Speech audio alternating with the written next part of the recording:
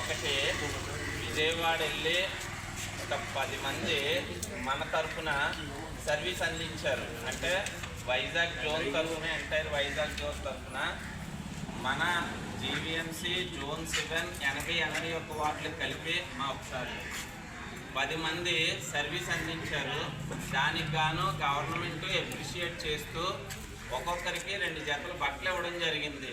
వారిని గౌరవ కార్పొరేటర్స్ చేతుల మీదుగా ఇమ్మని పైనుండి వచ్చిన ఇన్స్ట్రక్షన్స్ బేస్ చేసుకొని మనం కార్పొరేటర్స్ దగ్గరనే రిక్వెస్ట్ చేసి మనం ఇక్కడ పిలవడం జరిగింది.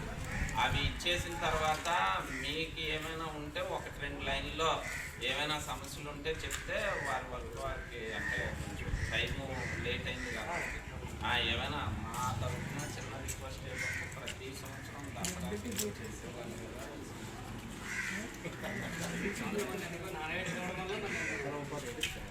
మంది చేద్దాం అంటే నేనైతే ఏమనుకుంటున్నానంటే అంటే ఎన్ఆర్బిఏ వార్డు మరి అందరూ కలిస్తే కలపచ్చు, దానికే ఉంది కానండి. హెల్త్ చెకప్ చేయిద్దాం అనుకుంటున్నాను. Body health checkup, total entire body checkup ప్రతి ఒక్కరికి కూడా చేయించి వాళ్ళు ఆరోగ్యకరంగా ఉన్నారా లేదా, వాళ్ళకి ఏమైనా ఇబ్బందులు ఉన్నాయా తెలుసుకొని దానికి ఫర్దర్ ట్రీట్మెంట్ కూడా అందించే విధంగా ప్లాన్ చేయాలని అమ్మ పేరు మీద నేను ఒక కార్యక్రమాన్ని ఏర్పాటు చేసుకుంటున్నాను. అది ఈ మధ్యలో జరుగుతుంది, ఈ మధ్యలో పెడతానండి. అందువల్ల నేను మన దసరాకి ఇస్తానని చెప్పిందే ఆపమన్నారు. అంటే ఆపుదాము, ఒకేసారి మొత్తం కార్యక్రమం అంతా చేసినట్టు కదా ఇద్దామన్నారు. అలా అన్నారని నేను ఆగాను అనమాట అమ్మ. సో ఈ 2 కార్యక్రమాలు నేను చేసి పెడతాను. మీరెవరో కూడా ఇది అవ్వచ్చు, ఈ ఇయర్లోనే జరుగుతుంది. దసరా కాకపోతే 10 నెలలు అవ్వాల్సింది 12 నెలలు అవ్వచ్చు. రిజిస్టర్ చేసుకుని ఏదైనా చేస్తాం ఏదమ్మా.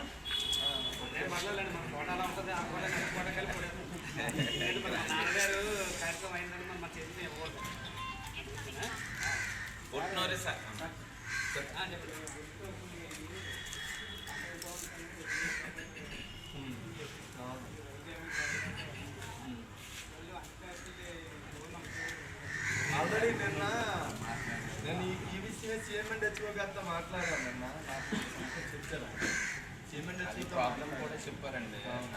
లాస్ట్ 3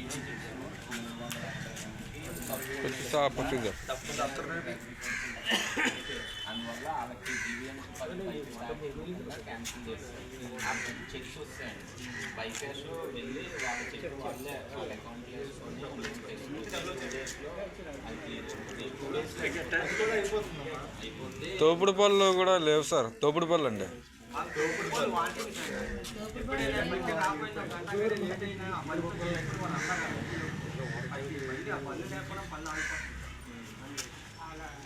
ఆల్రెడీ యాక్చువల్గా మెకానికల్ సెక్షన్ వాళ్ళకి కూడా పెట్టాను. ఎండి గారు మారిపోయారు, ఆయన ట్రాన్స్ఫర్ అయ్యారు. సో ఇది కూడా